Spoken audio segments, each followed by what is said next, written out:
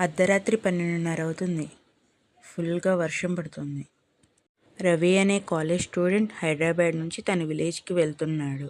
Last bus కూడా miss అయింది. రోడ్డంతా నిర్మానుష్యంగా ఉంది. స్ట్రీట్ లైట్స్ కూడా బ్లింక్ అవుతున్నాయి. అతను ఒక ఓల్డ్ బస్ స్టాప్ దగ్గర ఎదురు చూస్తూ ఉన్నాడు. బస్ ఏమన్నా వస్తే తన విలేజ్కి వెళ్దామని. అప్పుడే వైట్ డ్రెస్ వేసుకున్న ఒక అమ్మాయి తన దగ్గరకు వచ్చి పక్కనే కూర్చుంది. ఆ వైట్ డ్రెస్ వేసుకున్న అమ్మాయి తల కిందకి దించుకొని రవి పక్కనే కూర్చొని ఉంది. రవి అడిగాడు, మీది ఏ విలేజ్ అని చెప్పి అడిగాడు ఆ వైట్ డ్రెస్ అమ్మాయిని. అప్పుడు ఆ వైట్ డ్రెస్ అమ్మాయి స్లోగా వెంకటాపూర్ అని చెప్పింది. రవి వెమ్మటిని షాక్ అయిపోయాడు.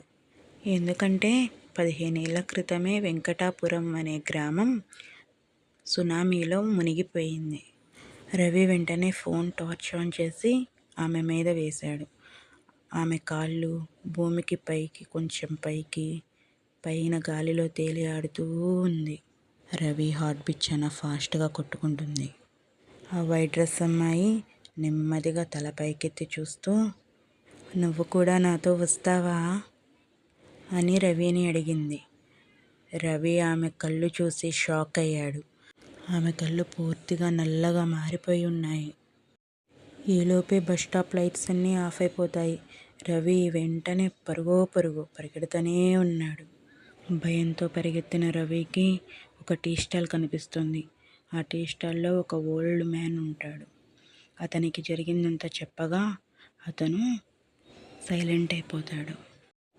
అలా కొంచెం సేపు మౌనంగా ఉన్న తర్వాత ఆ ఓల్డ్ మ్యాన్ చెప్తాడు, 15 సంవత్సరాల క్రితం అక్కడ అదే బస్ స్టాప్లో ఒక అమ్మాయి చనిపోయింది. అప్పటి నుంచి అక్కడే ఒంటరిగా ఉన్న వాళ్ళకి కనిపిస్తూ ఉంటుంది అని చెప్పాడు. ఆ రోజు తర్వాత రవి ఎప్పుడూ ఒంటరిగా ప్రయాణం చేయలేదు. ఇంకా ఇలాంటి హర్రర్ స్టోరీస్ కోసం మన ఛానల్ని లైక్ చేసి సబ్స్క్రైబ్ చేయండి. ఈ స్టోరీ ఎలాగుందో కింద కామెంట్లో చెప్పండి.